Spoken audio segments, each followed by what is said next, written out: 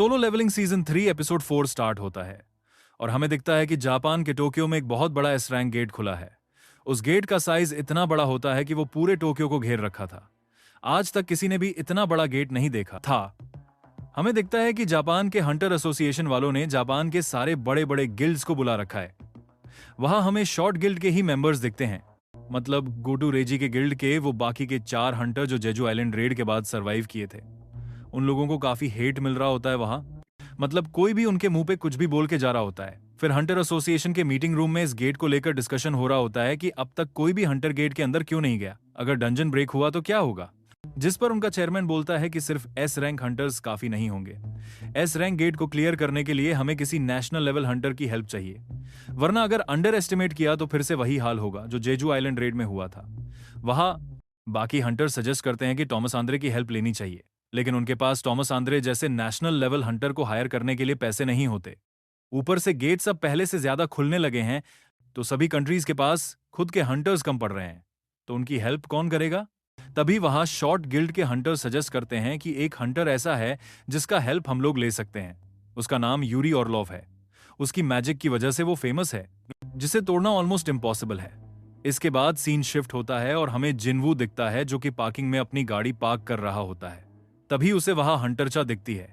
हंटरचा भी जिनवू को देख के भागने की कोशिश करती है, लेकिन जिनवू अचानक से उसके सामने आ जाता है और पूछता है, तुम मुझे देख के भाग क्यों रही हो, और जब भागना ही था तो मेरे ऑफिस के पास आई ही क्यों।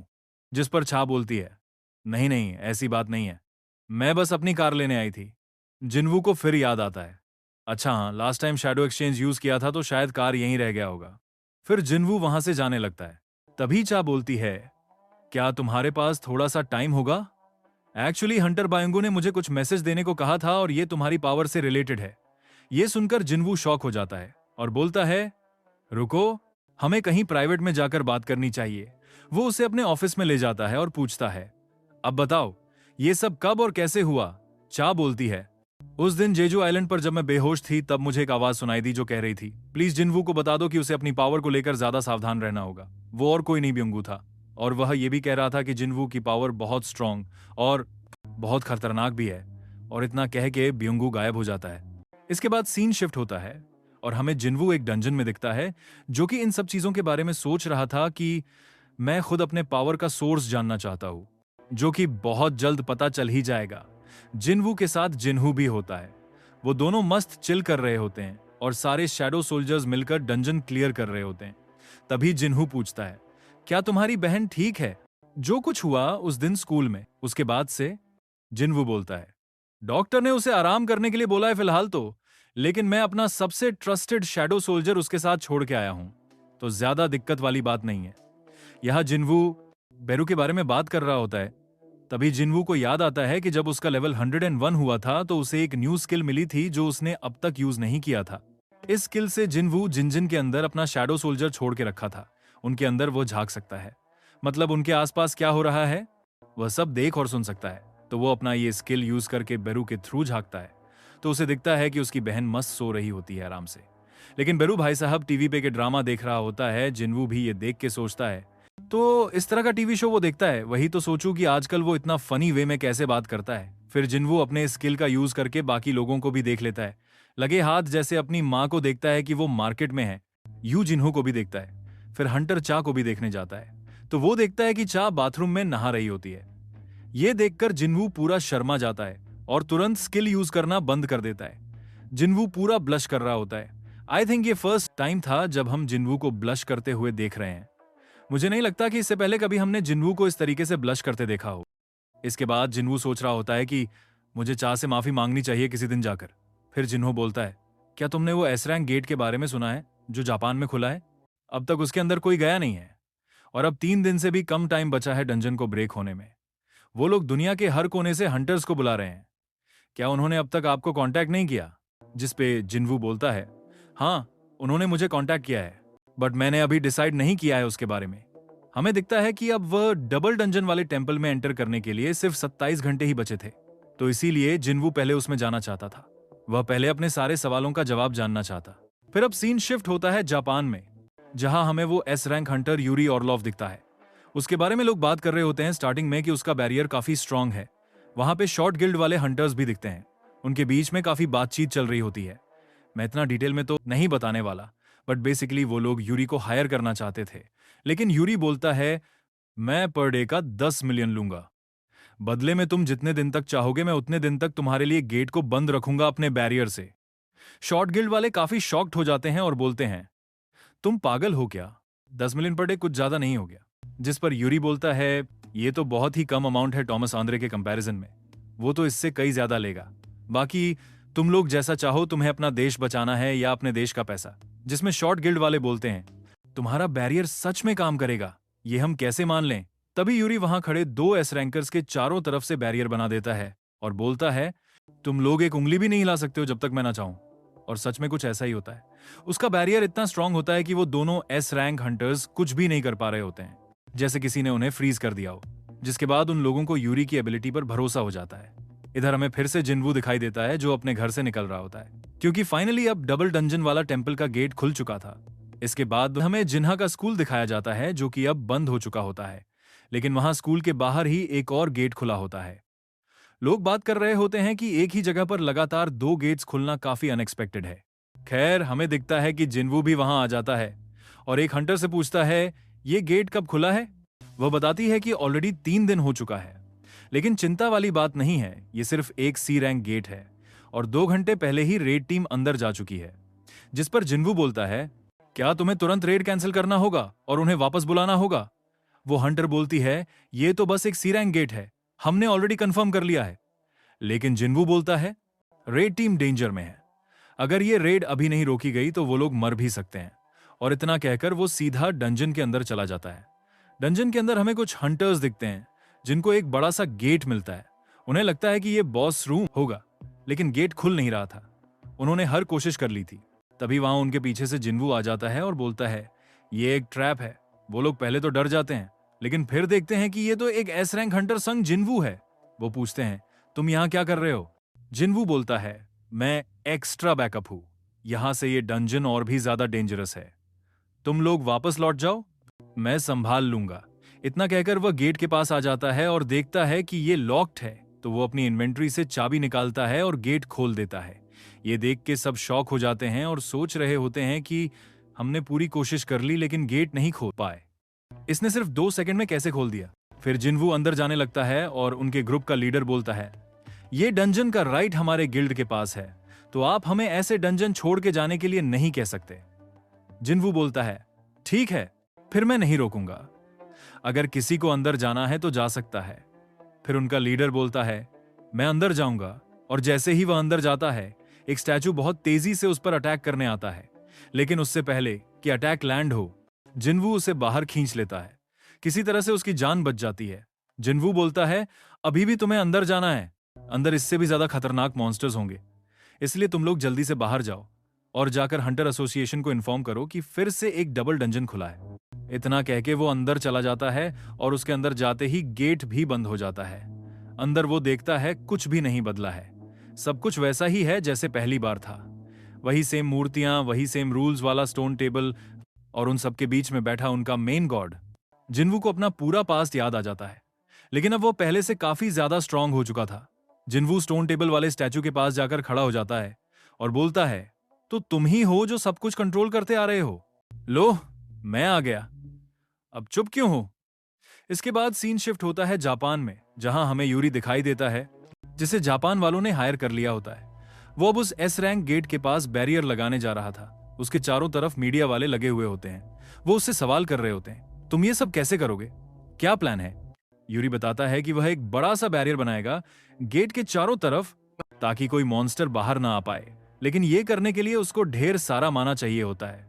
इसीलिए उसने ट्रक से भर भर के बहुत सारे माना क्रिस्टल्स अपने पास जमा कर लिए थे और उन्हें अब्सॉर्ब करके वह बैरियर बनाने वाला था, जो कि उसके नॉर्मल बैरियर से भी काफी ज्यादा स्ट्रांग होने वाला था। यह सब लाइव चल रहा होता है। हमें दिखता है कि कोरिया के चेयरमैन भी ये सब लाइव देख रहे होते हैं। उनके साथ जिनछुल भी होता है। तभी चेयरमैन जिनछुल से पूछते हैं, जिनवू कहाँ है आजकल? जिस पर जिनछुल बताता है, वो किसी डंजन के अंदर हैं फिलहाल। और वो लोग और भी काफी बातें कर रहे होते हैं जिनवू और उसके गिल्ड को लेकर, कि कैसे एक छोटा सा गिल्ड वो चीजें कर रहा है जो कि बड़ी बड़ी गिल्ड्स भी नहीं कर पा रही हैं।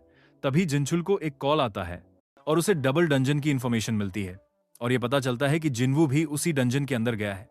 इसके बाद सीन फिर से डबल डंजन में शिफ्ट होता है, जहां हमें वो स्टोन टेबल वाला स्टैचू दिखता है, मतलब आर्किटेक्ट, जो कि अपने पंख निकाल लेता है और वह स्टोन टेबल जिसमें रूल्स लिखे थे उसे तोड़ देता है और बोलता है तुम फाइनली आ ही गए। तो जिन्वू बोलता है तो तुमने मुझे बुलाया था? आर्किटेक्ट बोलता है हाँ। तो जिन्वू पूछता है क्या तुम कोई मॉन्स्टर हो? जिस पर आर्किटेक्ट बोलता है तुम्हारा सवाल ही गलत है, तुम्हें पूछना चाहिए कि कौन हूं मैं और क्या हो तुम। और बोलता है अब तुम्हारा फाइनल टेस्ट होने वाला है, जिसके बाद अगर तुम जिंदा खड़े रहे तो मैं तुम्हारे सारे सवालों का जवाब दे दूंगा, जो कि तुम्हारा रिवॉर्ड होगा। इसके बाद हमें दिखता है कि वहां की सारी मूर्तियां जिन्वू को घेर लेती हैं। जिन्वू भी रेडी हो जाता है और अपनी शैडो आर्मी को बुलाता है, लेकिन वो फेल हो जाता है। जिस पर आर्किटेक्ट बोलता है तुम उनका इस्तेमाल नहीं कर सकते, तुम्हें अकेले ही लड़ना होगा। मैं सिर्फ तुम्हारी एबिलिटी को टेस्ट करना चाहता हूं, ना कि तुम्हारे नौकरों की। हमें दिखता है कि जिन्वू किसी भी तरह का पोशन वगैरह भी यूज नहीं कर सकता था, मतलब हेल्थ रिकवरी भी नहीं कर सकता था, और ना ही वो बाहर जा सकता था अपने शैडो एक्सचेंज स्किल का यूज करके, जब तक ये टेस्ट खत्म नहीं हो जाता। इसके बाद वो सारे स्टैचूज आगे बढ़ने लगते हैं। जिन्वू देखता है कि वो अपनी इन्वेंट्री एक्सेस कर सकता था, मतलब वेपन्स का यूज कर सकता था। तो वह सोचता है फिर तो मैंने आराम से डिफीट कर दूंगा अकेले ही। तभी एक स्टैचू अपने बड़े सोर्ड से अटैक कर देता है, जिसे जिन्वू तुरंत डॉज कर लेता है और उसके सोर्ड को एक पंच मारकर तोड़ देता है। फिर उसी टूटे हुए सोर्ड के टुकड़ों को फेंकर मारता है उस स्टैचू पर, जो कि उसके सर के बीचों बीच जाकर घुस जाता है। फिर हवा में उड़कर उसके सर पर एक किक मारता है और उसे पूरी तरह तोड़ देता है। फिर अपने डैगर्स निकालकर वो बाकी स्टैचूज को भी मारना स्टार्ट कर देता है, एक के बाद एक। वो सारे स्टैचूज काफी स्ट्रांग होते हैं और उनका नंबर भी ज्यादा होता है, लेकिन जिन्वू को कोई फर्क नहीं पड़ रहा था। वो काफी आसानी से उन सबको मारे जा रहा था। वो सोच रहा होता है मैं इस पल का तो इंतजार कर रहा था इतने दिनों से। ये सब देखकर आर्किटेक्ट भी इंप्रेस्ड हो जाता है। वो बोलता है तो ये सच है, तुम काफी ज्यादा ग्रो कर चुके हो इस ह्यूमन बॉडी के साथ, तुम सच में काफी अमेजिंग हो, लेकिन अभी तो ये टेस्ट शुरू ही हुआ है, इतनी जल्दी जज नहीं कर सकता मैं।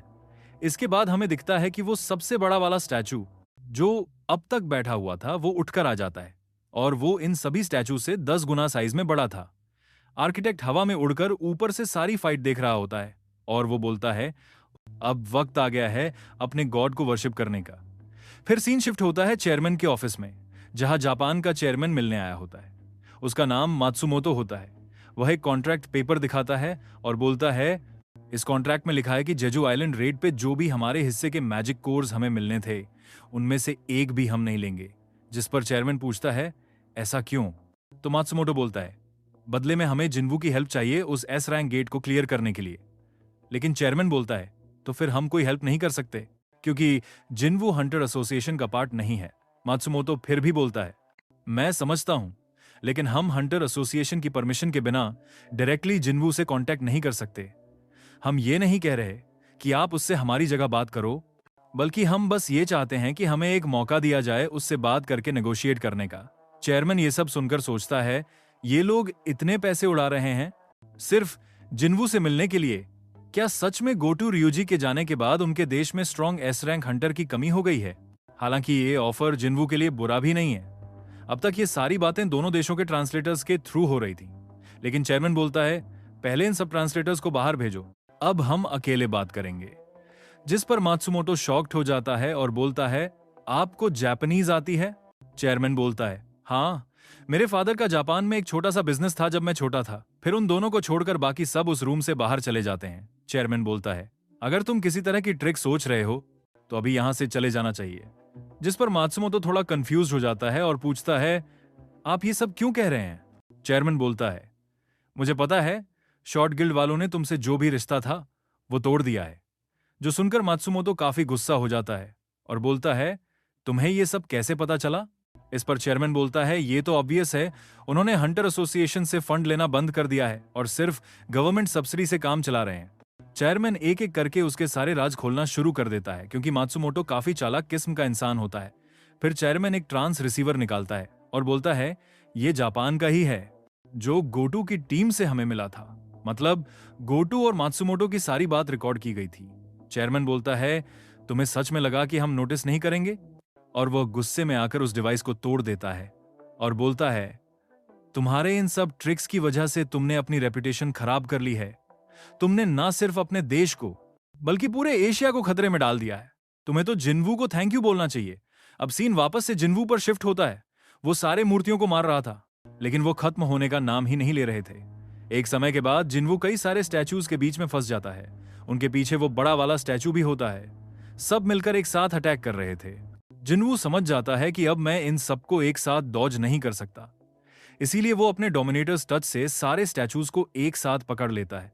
लेकिन वो बड़ा स्टैचू अपनी आंखों से लेजर बीम चला देता है, जो कि उसके सामने खड़े सारे स्टैचूज को चीरते हुए जिन्वू तक पहुंच जाती है। जिन्वू डायरेक्ट हिट लेने के बावजूद सरवाइव कर जाता है। फिर वो बड़ा स्टैचू अपने पैरों से जिन्वू को कुचलने की कोशिश करता है, लेकिन जिन्वू अपनी स्पीड पहले से भी ज्यादा बढ़ा लेता है और उसके सिर की तरफ ऊपर बढ़ने लगता है अटैक करने के लिए। वो स्टैचू जिन्वू को देख लेता है और फिर से लेजर अटैक करने वाला होता है, लेकिन जिन्वू भी नोटिस कर लेता है और साइड से निकलकर ऊपर पहुंच जाता है। वो अपने दोनों डैगर से एक पावरफुल अटैक करता है, लेकिन उस स्टैचू को कुछ खास फर्क नहीं पड़ता, बस थोड़ा बहुत खरोंच आता है। लेकिन जिन्वू हार नहीं मानता।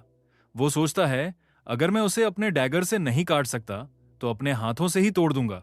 और वो उसके फेस पर चढ़ जाता है और एक बहुत ही पावरफुल पंच मारता है, जिससे उस स्टैचू का चेहरा टूटने लगता है। फिर वो लगातार एक के बाद एक पंचेस बरसाने लगता है। एक वक्त के बाद वो फाइनली उस स्टैचू को मार गिराता है। फाइट के बीच में उसका लेवल भी 103 हो चुका होता है, तो वो और भी ज्यादा स्ट्रांग हो गया था। फिर वह बचे खुचे छोटे स्टैचूज को भी मार गिराता है। ये सब देखकर आर्किटेक्ट काफी इंप्रेस्ड हो जाता है और बोलता है, बहुत बढ़िया, तुम काफी स्ट्रांग हो, मान गया। लेकिन जिन्वू बोलता है, ये सब छोड़ो, तुम अपना प्रॉमिस पूरा करो, मैंने टेस्ट कंप्लीट कर दिया है।